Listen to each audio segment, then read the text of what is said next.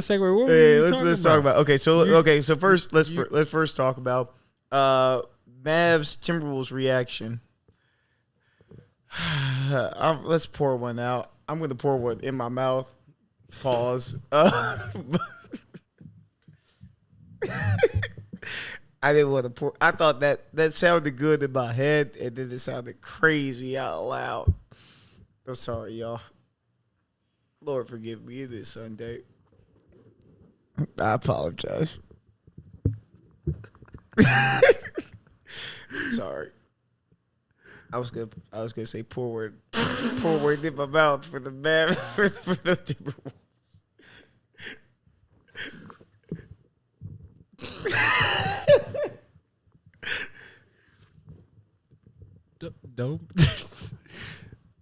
Don't pour one in your mouth for nobody. For no man. You different, bro.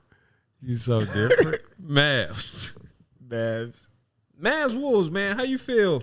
Because you know I'm a little torn. I'm torn. Sad and happy. Yeah, sad and happy at the same Yeah. time. I think, okay, on the Mavs side. Because no part of me hated Luka at any point. No. I just hitched my wagon early. Yeah, we hitched our wagon to the Timberwolves. We hitched our wagon to the Ant bandwagon very, very early. As Lakers fans, I don't think we could address. We couldn't. We were so happy. We couldn't use foresight. We more so were like, immediately, I need the Nuggets to die. And somebody answered our call. And we said, we're yours now. We're yours now. My lord. Yeah. Thank you for slaying the dragon. That is Nikola Jokic. Please. How may I be of service, my lord? Sir. Please, my lord. Please, sir. To Lord Larry. Take us to Brother O'Brien. And yeah, that's who we thought was gonna take us, bro. I needed that to take it. It was gonna be fun. Then the lore started getting crazy. It started feeling Michael Jordan-esque. He beat Kevin Durant and Savage. He spanked Kevin Durant. He spanked Kevin Durant. Spanked Nikola Jokic in public. And so, he spanked y'all on camera. And listen, we gotta be honest. I think the Mavs have just been criminally underrated this entire season. Right.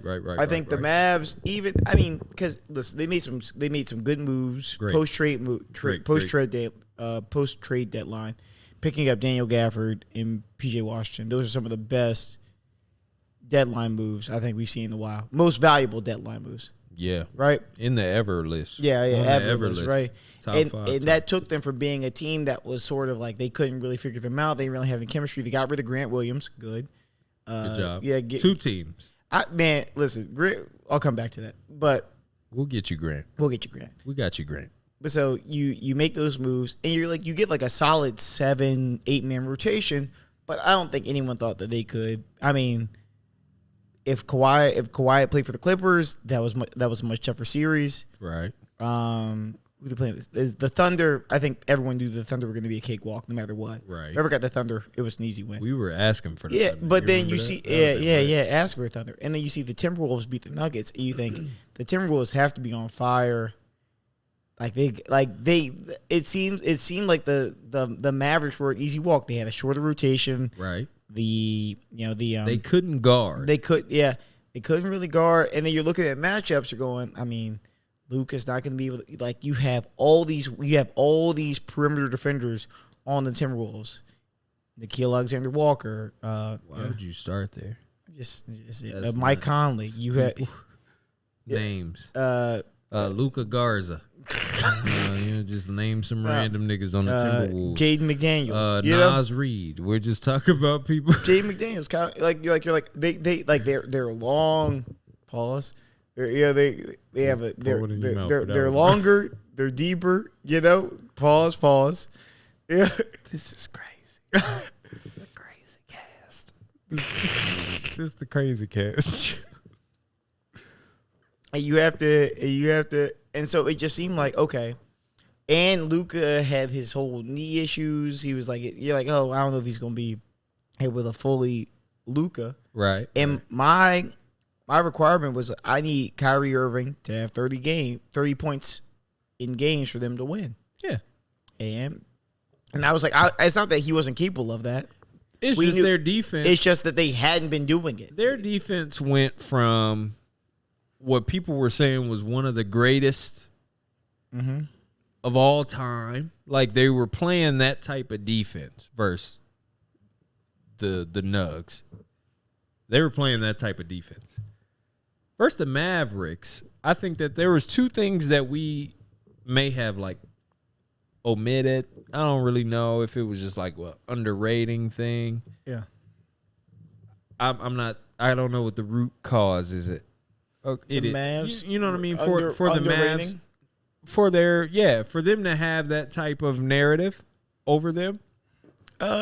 It was more so for me like, look at all the holes on defense for them. Yeah. They had been playing great defense like since they made their trades, like post. They had. Somebody had a weird. It's like March 7th is like the date. Yeah, no, March is when the Mavs started turning. Yeah, up. that's when they turned up. That's really like a month post trade deadline. So they had like a month to get PJ and Daniel Gafford in rhythm. Yeah, and purify, cleanse the locker room of Grant Williams. Yeah, get him out of here. So that was cool. But I think the part that we weren't, factoring in and thinking about. It's like it was so many holes on defense from a perimeter defense aspect, but who's challenging them on the perimeter?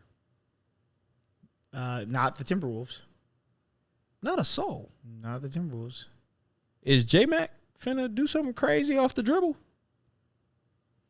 Not at all. No. Nikhil Alexander-Walker? No. And that's no. And I mean, Cat. Nas could, Cat could. Rudy, no. I said are going to. No. Nas, Cat. And that was really the Timberwolves' issue is that they fed into the Mavericks game plan. Yeah. I think JJ Redick said this best, right? Which is just, I really like this phrasing of this, right? Which is there can be better teams, but a team can present a problem that another team can't solve. Yeah. And the Mavs presented a problem for the Timberwolves that they could not solve on both offense and defense.